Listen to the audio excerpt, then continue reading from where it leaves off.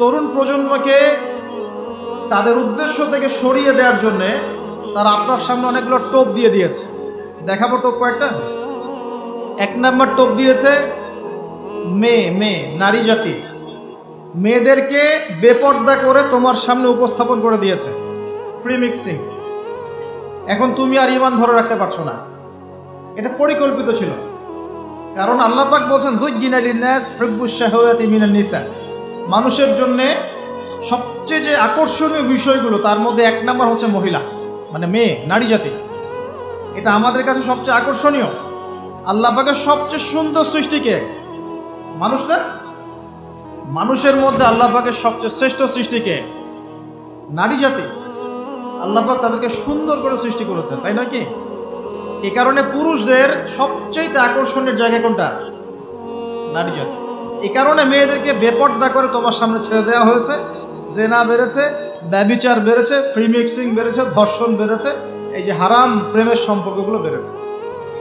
যুবকেরা তাদের জীবনের উদ্দেশ্য ভুলে গেছে। আমার কথা কি বুঝতে পারছেন? আচ্ছা, এটা 1 নম্বর। 2, মাদক। যুবকদের সামনে মাদকের সহজলভ্যতা। চাইলেই হাত বাড়ালেই মাদক, হাত বাড়ালেই ইয়াবা, হাত বাড়ালেই ফেন্সিডিল, হাত বাড়ালেই হেরোইন, তাই না? কথা ঠিক না বেঠিক? যদি কেউ চায় যে আমি আজকে রাত্রে মাদক খাবো, সে পারবে, হাত বাড়ালেই পারবে। এখনকার সমাজ এমন, যদি কেউ চায় যে আজকের রাত্রে আমি পতিতালয় গিয়ে রাত কাটাবো, সে পারবে।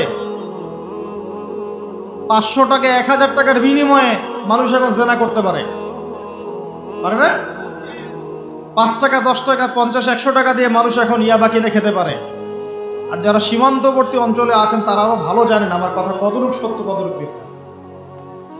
যুবকদের সামনে মাদক এমনি এমনি দেওয়া হয় নাই। উদ্দেশ্য কি? তোমার দ্বারা ইসলামের বিজয় সম্ভব ছিল।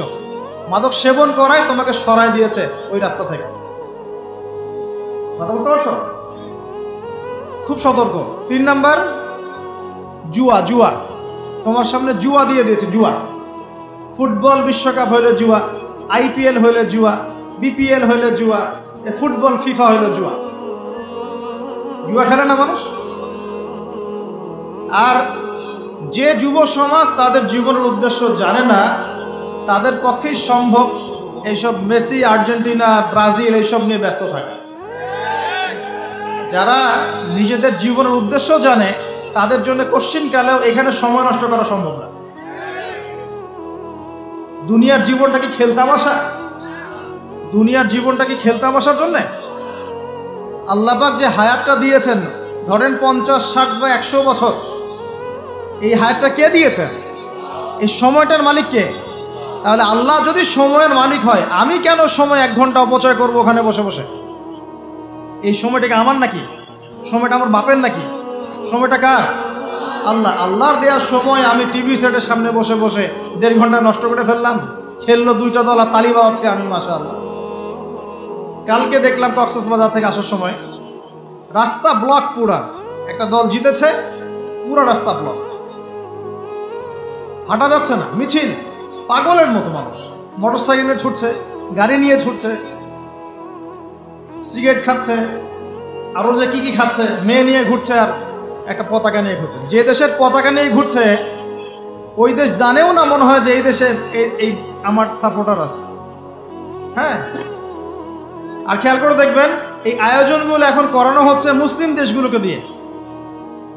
মানে মুসলমানদের অবস্থা দেখলে এখন মনে হচ্ছে সুবহানাল্লাহ,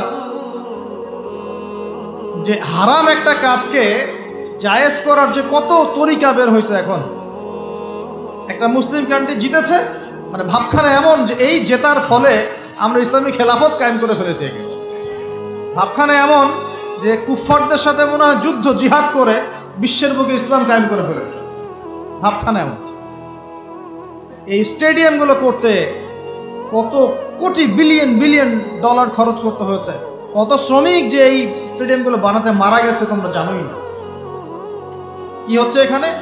পশ্চিমারা আসছে, এনজয় করছে, খেলাধুলা হচ্ছে। বিষয়টা কি জানেন? আমাদেরকে এই খেলাধুলার অহেতুক কাজে ব্যস্ত করে দিয়ে ওরা ওদের এজেন্ডা বাস্তবায়ন করছে। দেখবেন যখন রমজান মাস আসে তখন দেখবেন মুসলিম কান্ট্রির উপর নির্যাতন বাড়ে। যখন যখন বড় বড় ইভেন্ট হয়, ওয়ার্ল্ড কাপ, এইটা সেটা, দেখবেন ভিতরে ভিতরে মুসলিম কান্ট্রির উপর নির্যাতন বাড়তে থাকে। মানুষ একদিকে তাকায় থাকে, আর একদিকে উদ্দেশ্য সাধন করতে থাকে। বুঝাচ্ছি বিষয়টা। আপনার 5টা বাচ্চা আছে মনে করেন, খুব জ্বালায়, কান্নাকাটি করে, হইচই করে। আপনি মোবাইল ফোনটা বের করে দিয়ে বলেছেন, বাবা বস, তোরা 5 জন মিলে একটা কার্টুন দেখ, আমি একটু কাজটা করি। দিয়ে দিলেন, ও কার্টুন দেখছে চুপচাপ, কেউ কোনো ডিস্টার্ব নাই। আর বুঝতে পারছেন? আর এই যে বাচ্চাগুলো কার্টুন দেখছে না, এগুলো হচ্ছে আমরা এখন। আর ওই যে কাজ করছে বাপ, এটা হচ্ছে ওরা, পশ্চিমারা। আমার কথা কি বুঝতে পারেন? আচ্ছা, আমি সহজ করার চেষ্টা করছি। প্রিয় যুবক ভাইরা, মেয়ে তো উন্মুক্ত করে দিয়েছেই, মাদক তো দিয়েছেই, জুয়া দিয়েছে, অহেতুক এসব খেল তামাশা দিয়েছে তোমার সামনে, তোমার সময় কেড়ে নেওয়ার জন্য, তোমার হায়াত কেড়ে নেওয়ার জন্য। তোমার মূল্যবান হায়াত, যে হায়াতটাকে তুমি আল্লাহর পথে দাওয়াতের কাজে ব্যয় করবা, দিন চর্চার কাজে ব্যয় করবা, আল্লাহর ইবাদতের কাজে ব্যয় করবা, আমর বিল মারুফ নাহি আনিল মুনকারের কাজ করবা, এই সময়টা ওরা কেড়ে নিয়েছে তোমার কাছ থেকে। বুঝতে পারছো না তুমি? আবার নেশা দিয়ে তোমার ভিতরটা নষ্ট করে ফেলেছে, জেনা দিয়ে তোমার অন্তরের নূর নষ্ট করে দিয়েছে, ফ্রি মিক্সিং দিয়ে জেনা এবং তোমার যে পবিত্রতা, চারিত্রিক পবিত্রতা নষ্ট করে দিয়েছে। আরও দিয়েছে পর্নোগ্রাফি। বেশিরভাগ যুব সমাজ এখন বাসায় গিয়ে রাতের বেলা পর্ন দেখে। দেখা যায় সারাদিন ভালো কাজ করে, বাসায় গিয়ে রাতের বেলা পর্ন দেখে। পর্নোগ্রাফি দেখে না বা দেখে নাই কখনো, এমন একটা ছেলে খুঁজে পাওয়া যাবে না। আর যখন আপনি এগুলোতে অভ্যস্ত হয়ে যাবেন, তখন শরীর খারাপ হয়ে যাবে, মন ভালো থাকবে না, আপনি একাকী গোপন পাপ করবেন, শরীর দুর্বল হয়ে পড়বে। একটা মেয়ের দিকে আপনি সম্মানের চোখে তাকাতে পারবেন না, মনে হবে মেয়ে মানেই মনে হয় ভোগের বস্তু। পর্ণে আসক্ত যারা, তারা কোনো কাজে শান্তি পায় না, অস্থির। এমনকি তারা যদি বিয়ে শাদীও করে, তবু বৈবাহিক জীবনে সুখী হতে পারে না। কেন জানেন? নিজের শক্তি ক্ষমতাগুলো আগেই নষ্ট করে ফেলেছে। এবং অনেকগুলো মেয়ে যখন আপনি দেখবেন নগ্ন, তখন আপনার স্ত্রীকে আপনার কাছে সুন্দর মনে হবে না, মনে হবে এই মেয়ের চেয়ে মনে হয় ওই মেয়েটা সুন্দর, এর চেয়ে মনে হয় ওইটা সুন্দর। আর মেয়ের প্রতি সম্মান তো থাকবেই না, মেয়েকে মনে হবে একটা ভোগের বস্তু। যত বেশি পর্নোগ্রাফি বেড়েছে, তত ধর্ষণ বেড়েছে। দেখেছেন? পর্ন যত বেড়েছে, ধর্ষণ তত বেড়েছে। এমনকি ছোট ছোট বাচ্চারা পর্যন্ত রেহাই পাচ্ছে না। দেখেন না? ছোট ছোট বাচ্চা, 5 বছর 10 বছরের বাচ্চারা, মেয়ে বাচ্চাদের কথা বলছি, এদেরকেও ধর্ষণ করা হচ্ছে। যাদের ঘরে কন্যা সন্তান আছে, তারা খুবই এখন মানে বিপর্যয়ের মধ্যে আছেন আপনারা, আমরা। কারণ সমাজটা তো নষ্ট হয়ে যাচ্ছে। আপনার মেয়েকে কতদিন ঘরে রাখবেন? বাইরে তো পাঠাতেই হবে। বাইরে পাঠালে দেখবেন মেয়ের সম্মান নাই, পর্দা নাই, মেয়েকে জোর করে ধর্ষণ করা হচ্ছে। বাসে, ট্রেনে, অটোতে, অমুকে তমুকে, ট্রাকে মেয়েকে ধর্ষণ করা হচ্ছে। আর প্রত্যেক ধর্ষকের তো আর ইসলামিকভাবে বিচার হচ্ছে না। হচ্ছে? যদি একটা এলাকায় ধর্ষণ হতো আর ধর্ষককে জনসমুখে ডেকে ফাঁসি দেওয়া হতো না, তাহলে দেখতেন যে ওই এলাকায় ধর্ষণ বাড়তো না, কমে যেত। যদি একটা এলাকার চোরদেরকে জনসমুখে নিয়ে এসে হাত কেটে ফেলা হতো, তাহলে বুঝতেন চুরি কাকে বলে। ভয়ে চুরি করতে পারতো না মানুষ। আর ভাগ্য ভালো যে এই নিয়মগুলো এখন নাই। কেন ভাগ্য ভালো বললাম? ভাগ্য ভালো কেন বললাম? কারণ এই নিয়ম যদি এই মুহূর্তে চালু করা হয়, এই মুহূর্তে যে এখন এই সেকেন্ডের মধ্যে চালু করা হয়, তাহলে অনেক বড় বড় রাঘব বোয়াল যারা আছে ওদের হাত থাকবে না। কথা বুঝতে পারছেন না? কেউ চুরি করে সিসকা চোর বলি আমরা, না কি বলেন আপনারা? ছিচকা চোর বলেন। কেউ আছে চুরি করে, পুকুর চুরি করে। সিসকা চোরকে ধরতে পারলে রাস্তাঘাটে কি মাইটটা দেয়া হয়, তাই না? মনে হয় যে নিজের শক্তি খাটানোর একটাই জায়গা চোর পিটানো। মসজিদে যদি মসজিদে যদি একটা চোর ধরা পড়ে, কি মাইটটা মারে, খুঁটির সাথে বেঁধে একদম জুতা স্যান্ডেল দিয়ে। আর সামনে যে পুকুর চুরি করে বসে আছে, কিছুই করতে পারতেছে। কি কথা মিথ্যা কথা বলছে? যদি একটা মুসলিম রাষ্ট্রের মধ্যে দুর্নীতি না থাকতো না, মুসলিম রাষ্ট্র বিশ্বকে নেতৃত্ব দিত ইনশাআল্লাহ।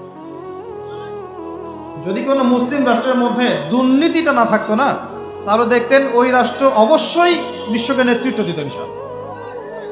এমন অনেক অমুসলিম রাষ্ট্র আছে যেগুলো অমুসলিম হওয়া সত্ত্বেও ওদের মধ্যে কোনো দুর্নীতি নাই, জানেন? আল্লাহ পাক আমাদের সবাইকে পরিপূর্ণ মুসলমান হওয়ার তৌফিক দান করুন। দেখেন আল্লাহ পাক বলেছেন, উদখুলু ফিস সিলমি কাফা, তোমরা পরিপূর্ণরূপে ইসলামে প্রবেশ করো। এখন আমি যদি নামাজও পড়ি, আবার ঘুষও খাই, এদিকে রোজাও রাখি, আবার সুদও খাই, আবার এদিকে আমি হজমরাও করি, অন্যের সম্পদ আত্মসাৎ করি, মাপে কমও দেই, মজুদদারি করি ইত্যাদি, আমি কি পরিপূর্ণ মুসলিম? আমি কি উদখুলু ফিস সিলমি কাফার উপর আমল করতে পেরেছি? আর আল্লাহ পাক এখানে বলছেন, ওয়ালা তামুতুন্না ইল্লা ওয়া আনতুম মুসলিমুন, পরিপূর্ণ মুসলমান না হয়ে তোমরা মৃত্যুবরণই করিও না। করলেই সমস্যা। পরিপূর্ণ মুসলমান না হয়ে মারা গেলেই সমস্যা। কি সমস্যা? ওই যে আল্লাহ পাক বলবেন, মান রব্বুক, বলবে লা আদরি, আমি তো জানি না, কারণ পরিপূর্ণ মুসলমান হয়নি তো, আল্লাহর সাথে শিরক করেছে। আল্লাহ পাক বলবেন, মা দীনুক, বলবে লা আদরি, আমি জানি না। মা দীনুক উত্তর কেমন করে দিতে পারবে? ইসলামের কিছু অংশ মানে, কিছু অংশ মানে না। ইসলামের কিছু অংশ মানে, নামাজ, রোজা, হজ, যাকাত, তাসবিহ, তাহলিল সবই মানে, কিন্তু সুদ ছাড়তে হবে, ঘুষ ছাড়তে হবে, জেনা করা যাবে না, মদ খাওয়া যাবে না, দুর্নীতি করা যাবে না, মানে না। তাহলে মা দীনুক কি উত্তর দিবে? মান নবিয়ুক, কে নবী? উত্তর কিভাবে সম্ভব?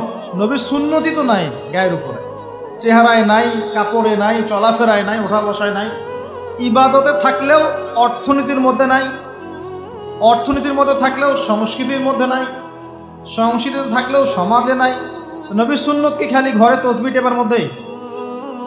মানে আমরা খালি সুবহানাল্লাহ সুবহানাল্লাহ পড়বো, এটাই সুন্নত? দাড়ি ছেড়ে দিব, এটাই খালি সুন্নত? টাকলোর উপরে কাপড় পরবো, এটাই কি খালি সুন্নত?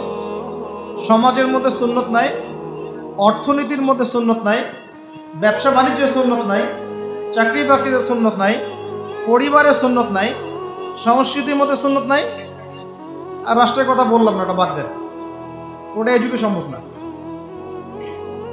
ইল্লা মাশা আল্লাহ, যদি আল্লাহ পাক না চান। ওইদিকে আমি কথাই বলতে যাচ্ছি না, আমি সমাজ পর্যন্তই আছি, এর উপর যাচ্ছি না। তো প্রিয় ভাইয়েরা, যুবক ভাইদের কথা বলে আমি সামনে যাব। 1 নাম্বার কি বলেছি? তোমরা সতর্ক থাকবে মেয়ে থেকে। কি থেকে? মেয়ে থেকে 100 হাত দূরে। 100 হাত মানে আমি বলি, পরামর্শ দেই, আমি তোমাদের ভাইয়ের মতো, ছোট হই আর বড় হই, আর আমাকে এইসব আল্লামা শায়েখ এইসব বলার দরকার নাই। আমি একদম তালেবে ইলম, এখানে বড় বড় অনেক আলেম ওলামায়ে কেরাম আছেন, আমি খুব বিব্রত বোধ করছি কথা বল। আমি জানি যে হকপন্থী ওলামায়ে কেরাম যারা, তারা আমাদের মতো অনলাইনেও আসেন না, এই ফেসবুক ইউটিউবে ভিডিও পাবেন না, এমনও আলেম বাংলাদেশে আছেন জানেন, যারা বহু আলেম তৈরি করছেন, মাদ্রাসা খেদমত করছেন। তো তাদের সামনে আমাদেরকে যখন এইভাবে টাইটেল দেন, লজ্জা লাগে, বিব্রত বোধ করি। শেখার কোনো শেষ নাই। আমি একসময় মনে করতাম যে আমি যখন ইন্টারমিডিয়েটের পর থেকে চর্চা করা শুরু করছি, অনার্স মাস্টার্স পর্যন্ত, মনে করছি যে হ্যাঁ, মনে হয় ইসলাম সম্পর্কে ভালোই জানছি।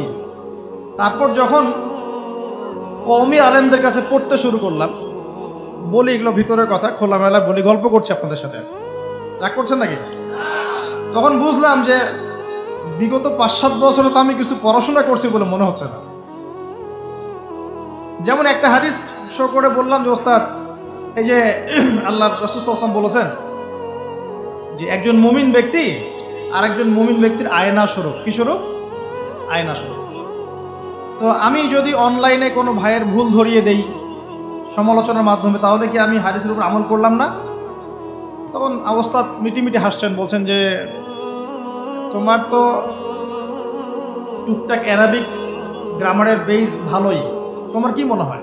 আমি বললাম যে আমার কাছে তো এটাই মনে হচ্ছে যে আমি যদি সমালোচনা করি, আমি তো আমর বিল মারুফ নাহিল মুনকারের কাজই করলাম।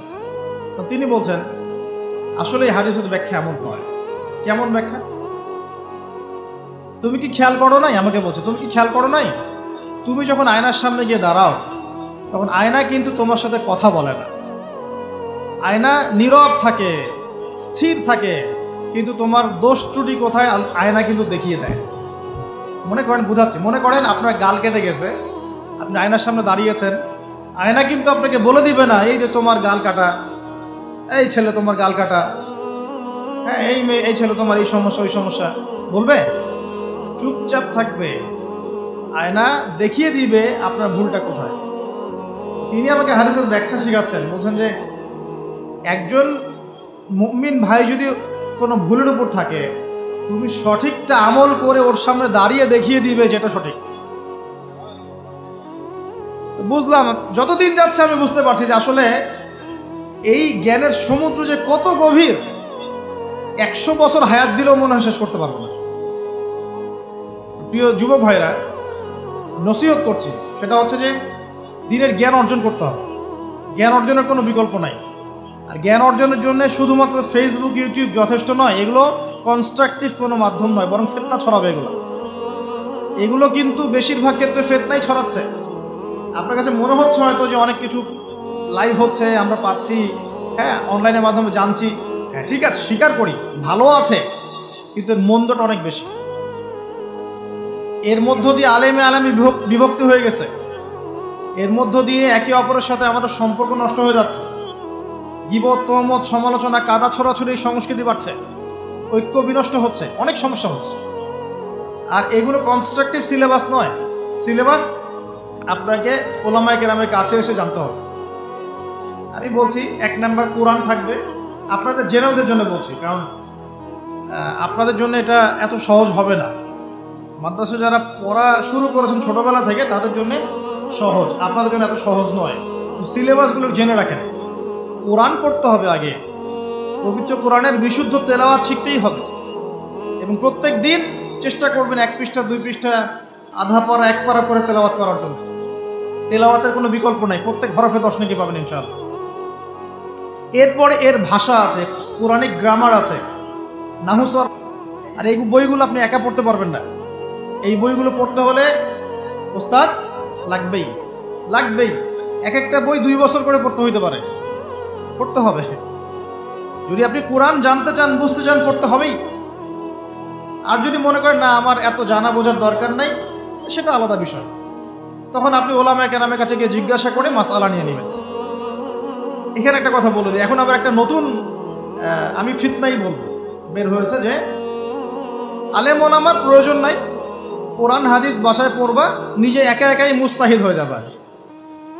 অনেক দিনী ভাইকে দেখছি আমি, যুবক, ইয়াং, তার আগে বিপদগামী ছিলেন, হেদায়েত হয়ে ইসলামের দিকে এসেছেন, এখন প্রথমেই সহিহ বুখারী টান দিয়ে পড়া শুরু করতে। কে বললো আপনাকে প্রথমে সহিহ বুখারী পড়তে? আপনি কি এক লাভ দিয়ে এই মেডিকেল সায়েন্সের বই পড়তে যাবেন? এত কঠিন কঠিন বই আগে কেন? এই বইগুলো পড়তে ওলামায়ে কেরামের 15-20 বছর সময় লাগে। 15-20 বছর সময় লাগে। 15 বছর বেশি বলে ফেলছি মনে হয়।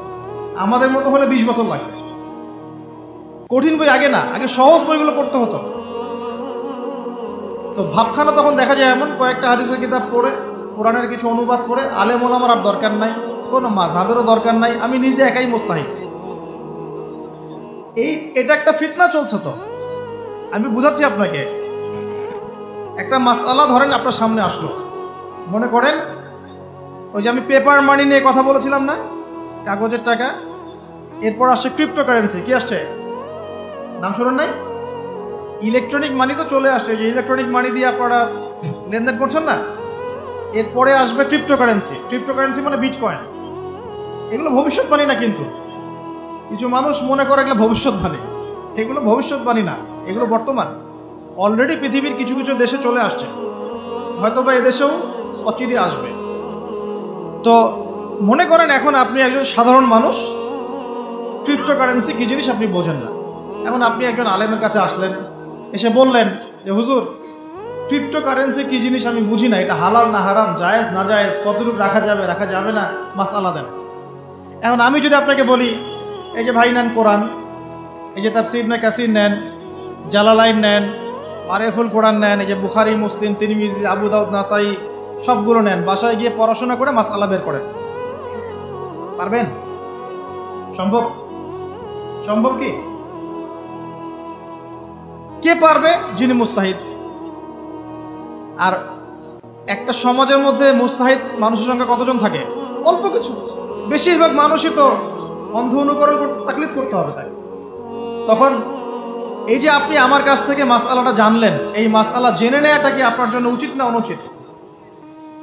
আপনার এই মাসআলা জেনে নেওয়াটা কি উচিত না অনুচিত? এই মাসআলা আমার কাছে বা আলেমের কাছে না জানলে কিভাবে শিখবেন আপনি? শেখার জন্য আপনাকে আসতে হবে না? এটাই মাযহাব, এটাই মাযহাব। এখানে বিভ্রান্তির কোনো সুযোগ নাই যে আমি এগুলা মানি না, আমি খালি বইপত্র একা একা পড়বো, আলেম হয়ে যাবে, সম্ভব না। যখন আমরা কলেজে পড়তাম অনেক সময় মনে হতো যে হয়তো বা সম্ভব। যখন পড়া শুরু করেছি তখন দেখছি যে না, এই সমুদ্রে ডুব দেওয়া কেবল শুরু, এর তলানেই খুঁজে বের করতে 100 বছর লাগবে মনে হয়। আল্লাহ ভালো জানে। আল্লাহু আকবার। দ্বীনের জ্ঞান অত বেশি। আলী রাদিয়াল্লাহু আনহু একটা কথা বলে দেই, দিয়ে সামনে যাচ্ছি। আলী রাদিয়াল্লাহু আনহু শেষ বয়সে বলছেন, তাকে প্রশ্ন করা হচ্ছে যে আপনার কি কোনো দুঃখ আছে জীবনে? আলী রাদিয়াল্লাহু আনহু বলছেন যে আমি শুরু থেকে নবী সাল্লাল্লাহু আলাইহি ওয়াসাল্লামের পাশে ছিলাম, আমার দুঃখ নাই, তবে একটা মনের কষ্ট। কি? আমি যে জ্ঞানগুলো শিখেছি নবীর কাছ থেকে সাল্লাল্লাহু আলাইহি ওয়াসাল্লাম, সেই জ্ঞান বিতরণ করার জন্য কোনো পাত্র খুঁজে পেলাম না। কি গভীর কথা! যে জ্ঞান শিখেছি এটা বিতরণ করার পাত্রই খুঁজে পেলাম না। তাহলে পাত্র, আমরা তো পাত্র, জ্ঞান বিতরণ করবেন উলামায়ে কেরাম। পাত্র আমরা যদি পরিষ্কার না হয় জ্ঞান কিভাবে পাবেন? সম্ভব? সম্ভব না। আরেকটা বিষয় বলে দেই, যখন আপনি জ্ঞানের চর্চায় মাঠে নামবেন, আল্লাহ পাক আপনার সম্মানার্থে ফেরেশতার পাখা আপনার পায়ের নিচে বিছিয়ে দিবে ইনশাআল্লাহ। আর যখন আপনি জ্ঞান চর্চা করে আলেম হবেন ইনশাআল্লাহ তাআলা, আপনার জন্যে আসমান জমিনের সমস্ত মাখলুক, এমনকি সমুদ্রের নিচের মাছ, গর্তের ভিতরের পিপিলিকা, সবাই আল্লাহর কাছে আপনার জন্য ইস্তেগফার করবে ইনশাআল্লাহ। একটা হাদিসে নবীজি বলেছেন যে আকাশের চাঁদটাকে তোমরা যেমন দেখো উজ্জ্বল অন্য নক্ষত্রগুলোর তুলনায়, ঠিক তেমনি সাধারণ মানুষের উপরে একজন আলেমের মর্যাদা এমন। তো প্রিয় ভাইয়েরা, যুবক ভাইদেরকে বলছি স্পেশালি, আজকের লেকচারটা স্পেশালি তোমাদের জন্য। এই ফাঁদগুলো থেকে বেঁচে থাকবে এবং এলেম অর্জন করবে। এলেম অর্জনের কোনো বিকল্প নাই, এবং এলেম অর্জনের জন্য সিলেবাস লাগবে। আর অনেক বইপত্র একা একা পড়তে পারবে না, আলেম ওলামাদের সংস্পর্শ লাগবেই, অন্যথায় পারবে না। এর পাশাপাশি আপনি সিরাতের বই পড়বেন, ইতিহাস পড়বেন, ইসলামিক অর্থনীতি পড়বেন, হ্যাঁ, ভূরাজনৈতিক প্রেক্ষাপটের বইগুলো পড়বেন, এগুলো ঠিক আছে।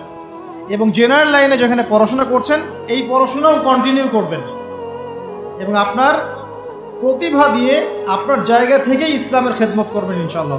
পারা যাবে না? আল্লাহ তৌফিক দান করুন। যুবক ভাইদের সামনে এই ফাঁদ। কেন ফাঁদ? কারণ যুবক ভাইরা যদি জীবনের উদ্দেশ্য জেনে ফেলে এবং ইসলাম প্রতিষ্ঠার কাজে আত্মনিয়োগ করে, তাহলে কুফার শক্তি পালানোর জায়গা খুঁজে পাবে না ইনশাআল্লাহ। প্রিয় ভাইরা, আল্লাহ রাব্বুল আলামিন বলছেন মুমিনদেরকে, হে মুমিনরা, তোমরা আল্লাহকে ভয় করো। দেখুন, 6টা পিলারে বিশ্বাস না করা পর্যন্ত কেউ মুমিন হয় না। কয়টা পিলার? 1 নাম্বার হচ্ছে আল্লাহর প্রতি বিশ্বাস। 1 নাম্বার আল্লাহর প্রতি বিশ্বাস। 2 ফেরেশতা মণ্ডলীর প্রতি বিশ্বাস। 3 আসমানি কিতাব সমূহে বিশ্বাস। 4 নবী রাসূলগণের প্রতি বিশ্বাস। 5 পরকালের প্রতি বিশ্বাস। এবং 6 তাকদীরের ভালো মন্দের প্রতি বিশ্বাস। এই 6টা পিলারকে মনে বিশ্বাস করতে হয়, মুখে স্বীকৃতি দেওয়া লাগে এবং কাজেও বাস্তবায়ন করতে হয়, তারপর আপনি মুমিন হবেন ইনশাআল্লাহ। আল্লাহ পাক বলছেন আমাদেরকে, এই মুমিনদেরকে, তোমরা আল্লাহকে ভয় করো, ভয় করার মতো ভয় করো। এটার ব্যাখ্যা কি? ভয় করা মানে কি? শুধু নেক আমল করা মানেই আল্লাহকে ভয় করা নয়। আল্লাহ পাকের যত নিষেধ আছে এই নিষেধগুলো ছেড়ে দেওয়ার নাম হলো আল্লাহকে ভয় করা। যদি আমি নামাজ পড়ি, প্রমাণিত হবে না যে আমি আল্লাহকে ভয় করি। হারাম ছেড়ে নামাজ পড়েন, হালাল খেয়ে নামাজ পড়েন, প্রমাণ হবে আপনি আল্লাহকে ভয় করেন। নামাজ পড়াটা একটু সহজ কাজ, কিন্তু এই হারাম রিজিক ছেড়ে দেওয়া এত সহজ কাজ নয়। রোজা রাখা সহজ কাজ তুলনামূলক, কিন্তু সুদ ঘুষ ছেড়ে দেওয়া এত সহজ কাজ নয়। তাসবিহ তাহলিল করা সহজ কাজ, কোরআন তেলাওয়াত করাও সহজ কাজ তুলনামূলক, কিন্তু ওই বোনের সম্পত্তি তাকে ফিরিয়ে দেওয়া এত সহজ নয়। অন্য মুসলিম ভাইয়ের মান সম্মান রক্ষা করা এত সহজ নয়। পরিবারে পর্দা এবং নামাজ কায়েম করা তো সহজ নয়, এবং এই সুদ ঘুষ দুর্নীতি অন্যের সম্পদ আত্মসাৎ থেকে বের হয়ে আসা এত সহজ নয়। তাকওয়া মানে কি? পরিপূর্ণরূপে ইসলামে প্রবেশ করা, আল্লাহ পাকের যাবতীয় হুকুম আহকাম মেনে চলা, আদেশও এবং নিষেধ। আল্লাহ পাক বলছেন শেষে, ওয়ালা তামুতুন্না ইল্লা ওয়া আনতুম মুসলিমুন। একজন নবীর কথা খালি বলবো, বিশৃঙ্খলা করেন, একটু ধৈর্যের সাথে বসেন। আমরা খুব লম্বা আলোচনা করব না, একটু বসেন, শেষ করে দিচ্ছি আস্তে আস্তে। আর যদি কারো কোনো প্রশ্ন থেকে থাকে এভাবে চিরকুট আকারে আমাদের এখানে দিতে পারেন ইনশাআল্লাহ। মুসলিম না হয়ে মৃত্যুবরণ করো না। আল্লাহ পাকের কালাম পবিত্র কোরআনের মধ্যে সূরা হজ নাম একটা সূরা আছে। এখানে আল্লাহ পাক সূরা হজের মধ্যে ইব্রাহিম আলাইহিস সালামের কথা বলছেন যে হুয়া সাম্মাকুমুল মুসলিমিন। ইব্রাহিম আলাইহিস সালাম সেই নবী যিনি তোমাদের নাম মুসলিম দিয়েছেন। কি দিয়েছেন? আচ্ছা, ইব্রাহিম আলাইহিস সালামের দুটো ঘটনা বলবো খালি, আমি আপনাকে ইসলাম দেখাচ্ছি কি জিনিস। দেখুন, তার স্ত্রীকে আল্লাহ পাক বলছেন রেখে আসো, হাজেরা আলাইহিস সালামকে রেখে আসো মক্কার কাবা ঘরের কাছে, যেখানে কোনো মানুষ নাই, কোনো খাবার পানি কিচ্ছু নাই, সাথে ছোট সন্তান ইসমাইল। দেখেন, রেখে আসার সময় কিন্তু ইব্রাহিম আলাইহিস সালাম আল্লাহকে বলেন নাই যে আল্লাহ আমি আমার স্ত্রী সন্তানকে ওখানে কেন রেখে আসবো, এর পিছনে যুক্তি কি, এর পিছনে বিজ্ঞান কি, এর পিছনে দর্শন কি, জিজ্ঞাসা করেছিলেন? আল্লাহ পাক বলেছেন সামি'না আতা'না। সন্তান বড় হয়েছে, আল্লাহ পাক বলছেন তাকে জবাই করতে হবে। তিনি সন্তানকে গিয়ে বলছেন ইয়া বুনাই ইন্নী আরা ফিল মানামি আন্নী আসবাহুক, আমি স্বপ্নে দেখছি তোমাকে জবাই করছি, ফানজুর মাযা তারা, তোমার কি রায় আমাকে বলো। সন্তান বলছে এবার ইয়া আবাতি, হে আমার আব্বা, ইফআল মা তু'মার, আপনাকে যে আদেশ করা হয়েছে সে আদেশ আপনি পালন করেন। সাতাজিদুনি ইনশাআল্লাহু মিনাস সাবিরিন, ইনশাআল্লাহ আপনি আমাকে ধৈর্যশীল পাবেন। কে বলছে এটা? ইসমাইল। ইসমাইলের মধ্যে কি এখনকার তরুণদের জন্য আদর্শ নাই? যে বয়সে ইসমাইল আলাইহিস সালাম বলছেন আব্বা আমাকে জবাই করে দেন, কোনো সমস্যা নাই, ইনশাআল্লাহ আপনি আমাকে ধৈর্যশীল পাবেন, ওই বয়সের আমাদের তরুণ প্রজন্ম টিকটক প্রজন্ম, ওই বয়সে আমাদের তরুণ প্রজন্ম কিশোর গ্যাংয়ে যোগ দিয়েছে, জেনা করেছে, মাদক খাচ্ছে, জুয়া খেলছে, এই যে জার্সি গায়ে দিয়ে ঘুরে বেড়াচ্ছে। দেখেন, এই ওয়াজে আসার সময় দেখলাম যে কিছু ছেলে দাঁড়িয়ে আছে ওখানে, কি হচ্ছে ওখানে দাঁড়ায়, বক্তা এখনো আসে নাই, সিগারেটের প্যাকেট থেকে সিগারেট বের করে টান দিচ্ছে ওখানে। বক্তা তো এখন আসেন, টান দিয়ে যায়, তারপরে বসে। মাদক বলতে কি বোঝো তোমরা? খালি গাঁজা, ইয়াবা, ফেন্সিডিলি মাদক? সিগারেটটা মাদক না? এই জর্দা খাই, এটা কি মাদক না? এগুলো মাদকের মধ্যে পড়ে, এগুলো ফ্যাশন হয়ে গেছে এখন। আল্লাহ পাক তোমাদেরকে এগুলো থেকে হেফাজত করুন। আমি দেখেন, ইসমাইল বলছেন হে আমার আব্বা আমাকে আপনি জবাই করে দেন, যদি আল্লাহ আদেশ করে থাকেন, আমাকে ধৈর্যশীল পাবেন ইনশাআল্লাহ। মা বোনদের জন্য বলছে এখানে একটা কথা, দেখুন প্রিয় মা বোনরা ভালো করে শুনুন। দেখুন, ইসমাইল আলাইহিস সালামকে কিন্তু তার বাবা বড় করেন নাই। ইসমাইল আলাইহিস সালাম বড় হয়েছেন মক্কায় তার মায়ের কাছে, হাজরা আলাইহিস সালামের কাছে। আর ইব্রাহিম আলাইহিস সালাম থাকতেন সিরিয়ায়, শামে, তার আরেক স্ত্রী সারা আলাইহিস সালামের সাথে তিনি যাওয়া আসা করতেন। আর তখনকার যাওয়া আসা এত সহজ ছিল না, তখন কোনো মোটর যান ছিল না। তো দেখুন, যেমন মা তেমন সন্তান। কেমন মা? হাজরা আলাইহিস সালামকে বলা হচ্ছে যে তোমাকে এখানে রেখে যেতে আল্লাহ আদেশ করেছেন। তো হাজরা আলাইহিস সালাম বলছেন এখানে তো কোনো পানিও নাই, কোনো খাবারও নাই, আপনি এখানে আমাদেরকে একা ফেলে যাচ্ছেন। ইব্রাহিম আলাইহিস সালাম বলছেন আল্লাহর আদেশ, কিছু করার নাই। এখন হাজরা আলাইহিস সালাম বলছেন আচ্ছা যদি আল্লাহ আদেশ করে থাকেন তাহলে ইনশাআল্লাহ আল্লাহ আমাদের হেফাজত করবেন, আল্লাহর প্রতি আমি পূর্ণ তাওয়াক্কুল করলাম। কে বলছেন? হাজরা। এই হাজরা আলাইহিস সালামের দেখেন, এখানে তো কোনো খাবারই নাই, পানিও নাই, এক মশক পানি, একটু খাবার, দ্রুতই শেষ হয়ে গেল। শেষ হওয়ার পর তিনি ছোটাছুটি করছেন, সাফা আর মারওয়া, কোথাও যদি একটু পানি পাওয়া যায়। কি তাওয়াক্কুল আল্লাহর প্রতি, ছোটাছুটি করছেন। বাচ্চা ইসমাইল কান্নাকাটি করছে, মায়ের এই ছোটাছুটি আল্লাহর কাছে এত পছন্দ হয়েছে, যতদিন হজ থাকবে এই হাজেরা আলাইহিস সালামের স্মৃতির সাথে জড়িত এই সাই থাকবে। এবং এই ঘটনা আল্লাহর কাছে এত পছন্দ হয়ে গেল যে আল্লাহ পাক জিবরাইল আলাইহিস সালামকে পাঠিয়ে জামজাম কূপের পানি বের করে দিলেন, যেই কূপের পানি জীবনে কখনো শেষ হয় না, পানি খেলে খিদাও লাগে না। চিন্তা করে দেখেন, গ্যালন গ্যালন পানি যাচ্ছে, গ্যালনের পর গ্যালন জামজাম থেকে প্রত্যেক দিন। এমনকি মদিনায় গেলেও আপনি জামজামের পানি পাবেন, মসজিদে কুবায় গেলেও জামজামের পানি পাবেন। আর পৃথিবীর বিভিন্ন জায়গায় তো আমরা নিয়ে আসছি, শেষ হয়েছে? পানির স্তর 1 ইঞ্চি পর্যন্ত নিচে নামে নাই, নেমেছে? দেখেন, আল্লাহর প্রতি যখন মানুষ পূর্ণ তাওয়াক্কুল করে তখন আল্লাহর মারেফত নেমে আসে। যখন মানুষ আল্লাহর প্রতি পূর্ণ তাওয়াক্কুল করে ফেলবে তখন আল্লাহ পাক আধ্যাত্মিকত্ব দিয়ে দিবেন। এটা কি বিজ্ঞান দিয়ে ব্যাখ্যা করা যায়? একজন ফেরেশতা আসলো, পাখা দিয়ে আঘাত করলো, মাটি থেকে ঝর্ণা বের হওয়া শুরু হলো।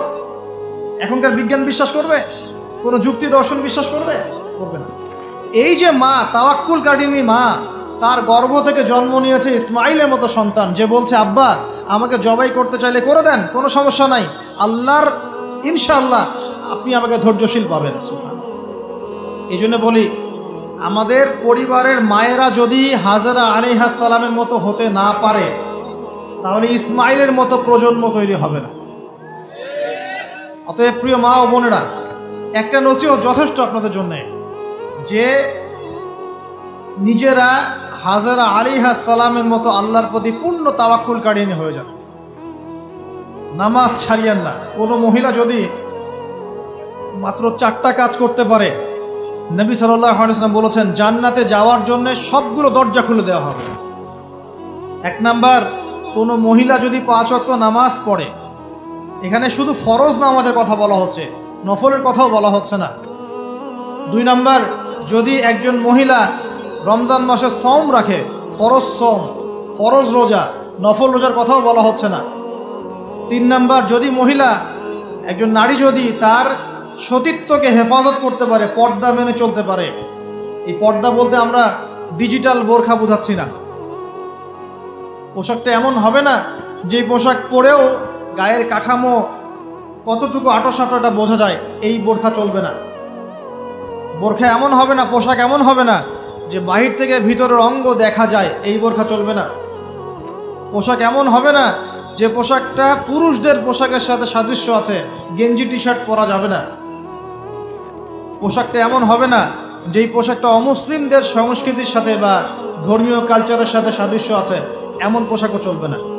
যদি কোনো নারী 3 নাম্বার তার লজ্জাস্থানের হেফাজত করতে পারে, মানে শরঈ পর্দা মেনটেন করতে পারে, আর পর্দা করে যদি কলেজে গিয়ে আর ইউনিভার্সিটিতে গিয়ে সহি প্রেমে লিপ্ত হন, তাহলেও পর্দা হবে না। কথা বোঝাতে পারছি না মনে হয়?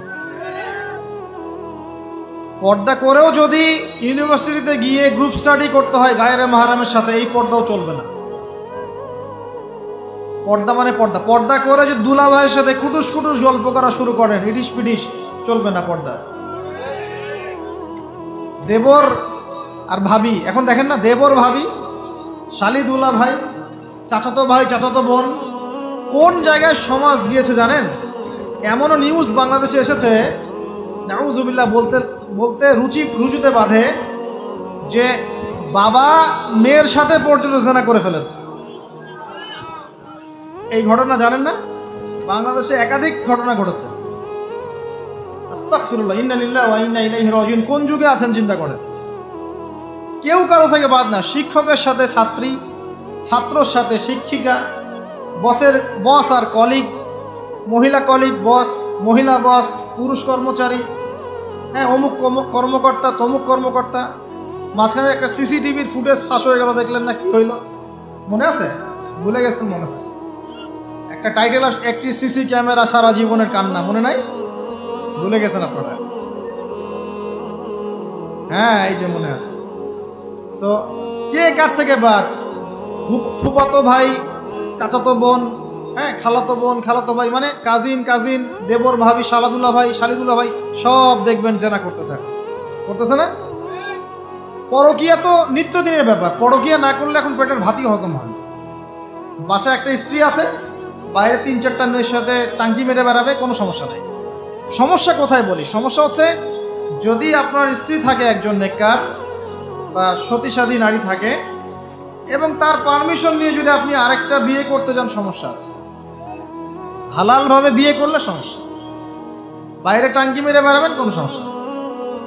বাসায় একটা স্বামী আছে, বাইরে আরো দু চারটা ছেলের সাথে ফোনে কথা বলে, কোনো সমস্যা নেই। আমরা এখন কি করি জানেন? আমরা জেনাকে প্রমোট করি, নগ্নতাকে প্রমোট করি, আর বিয়ে হালাল জিনিসগুলোকে আমরা ঢেকে দেই, বাধা দেই। বিয়ে করতে চান দেখবেন বাধা পাবেন, জেনা করতে চান বাধা পাবেন না। হ্যাঁ, বিশ্বাস করছেন না? বিয়ে করতে যে দেখেন খালি কত বাধা আসে, আর জেনা করতে চান কোনো বাধা নেই, মদ খাইতে চান কোনো বাধা নাই। লিগ্যাল কিছু পতিতালয় আছে আমাদের দেশে, লিগ্যাল, এবং তাদেরকে পতিতা বললেও মানুষ রাগ করে। এখন বলতে হবে যৌনকর্মী, সেক্স ওয়ার্কার। কেন? তাদের যদি এতই সম্মান দেওয়ার ইচ্ছা থাকে আমাদের, আমরা কি ওদেরকে হালাল কোনো কর্মসংস্থান দিয়ে এই পাপের পথ থেকে ফেরাতে পারি না? ঠুনকো আবেগ দেখাও মিয়া, বাইরে খালি কিছু টাকা পয়সা ইনভেস্ট করে একটা প্রজেক্ট হাতে নিয়ে এই মেয়েদেরকে, মহিলাদেরকে যদি একটা ভালো কর্মসংস্থানের ব্যবস্থা করে, ওরা কি জেনা করবে নাকি? ও তো টাকার জন্য করে, পেটের দায়ে করে। কোনো মেয়ে কি চায় নিজের ইজ্জত মানুষের কাছে বিক্রি করতে? কোনো মেয়ে চায় না। প্রিয় দিনী বোনেরা, পোশাক এই 4টা মূলনীতি মেনে চলবেন। পোশাক এমন হবে না, আটো সাটো পোশাক চলবে না, পাতলা পোশাক চলবে না, বাইরে থেকে ভিতর দেখা যায়, পুরুষের পোশাক চলবে না, এবং অমুসলিমদের সাদৃশ্য আছে এমন পোশাক চলবে না। আপনি বাসায় কি পোশাক পরে থাকেন, আমরা এখানে তো কোনো রকম ইন্টারফেয়ার করতে যাচ্ছি না। বাইরে যদি গায়রে মাহরামদের সাথে বের হন, সামনে বের হন, তাহলে অবশ্যই আপনাকে এই পর্দা মেনটেন করে আসতে হবে। এটা ইসলামিক ল। আল্লাহর আইন যদি আপনি না মানেন, আপনার কবর আপনার, আমার কবর আমার। ফাযাক্কির ইন্নামা আনতা মুযাক্কির, উপদেশ দাও তুমি, শুধু উপদেশদাতা। লাস্তা আলাইহিম বিমুসাইতির, তুমি কারো প্রতি দারোগা নও। আমাদের দায়িত্ব জাস্ট প্রচার করা। বাল্লিগু আন্নী ওয়ালাউ আয়া, একটা আয়াত জানলেও খালি প্রচার করে দাও, দ্যাটস অল। ফাযাক্কির ইন নাফাআতিয যিকরা, তুমি উপদেশ দাও যদি উপদেশ কোনো কাজে আসে। প্রিয় ভাইয়েরা, বন্ধুদের কথা বলতে গিয়ে এখানে এসেছিলাম। একটা মেয়ে 4টা কাজ করলে জান্নাতে চলে যাবে ইনশাআল্লাহ। 5 ওয়াক্ত নামাজ, ফরজ নামাজ, 2 রমজান মাসের সওম, 3 নাম্বার লজ্জাস্থানের হেফাজত, আর 4 নাম্বার স্বামীর আনুগত্য। আল্লাহ পাক আমাদের সবাইকে এই আদর্শগুলো মেনে চলার তৌফিক এনায়েত করুন, আমিন।